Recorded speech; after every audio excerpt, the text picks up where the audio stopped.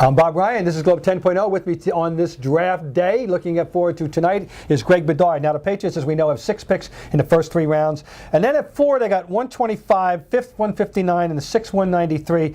And Tom Brady turns 34 years old on August 3rd. And what do they think of Jed Hoyer? So my question to you is, any possibility one of those later picks might go for a QB? Well, the question is, Bob, do you go earlier for a QB? Earlier? I mean, I think the argument can be made there. It's hard to believe that Tom Brady's going to be 34 in August, but he is. You look at it, look at what the Packers did with Aaron Rodgers. You know, they had Brett Favre. They weren't really going to take a quarterback high, but if you can give value, they got what number such was he? value. Refresh my memory. He was 26. Okay. Right around in that area. They just couldn't pass on the value. Now, if the Patriots have a Jake Locker all of a sudden falls in the second round, you take him there. I think the most likely scenario is them to have their eye on a couple key developmental guys, right, and there's a few out there. Such as, we know from the past that they have not even shied away from guys who didn't even take a snap with Matt Castle. So what's out there?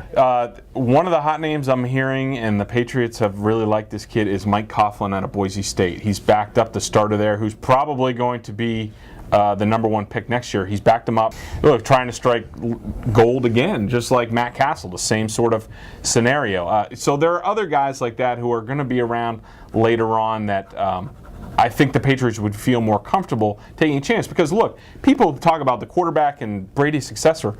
Brian Hoyer's pretty good. I'm going to ask you, that comes to my, that's exactly where I'm going. What about Brian Hoyer? What do they think of him? What's the synopsis on him? The Patriots like him, and the most that we've seen him outside of preseason against backups is, he played extensively against the Dolphins last year.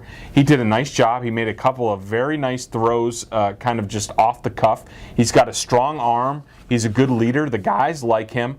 I think he's a guy to watch, but you're not going to feel comfortable with Brian Hoyer. You don't know. It's just like, were they comfortable with Brady before he got in there in 2000? No. So yeah, you have to have plans. I'm of the school where I draft a quarterback every year because they're just so valuable. You can trade them for first-round picks or whatnot. Well, the draft is always exciting, and anytime there's a quarterback situation, it gets the fans titillate a little bit. But they have to remember that it all starts with the idea that Tom Terrific is 34 in August, and they do have to start thinking about the future.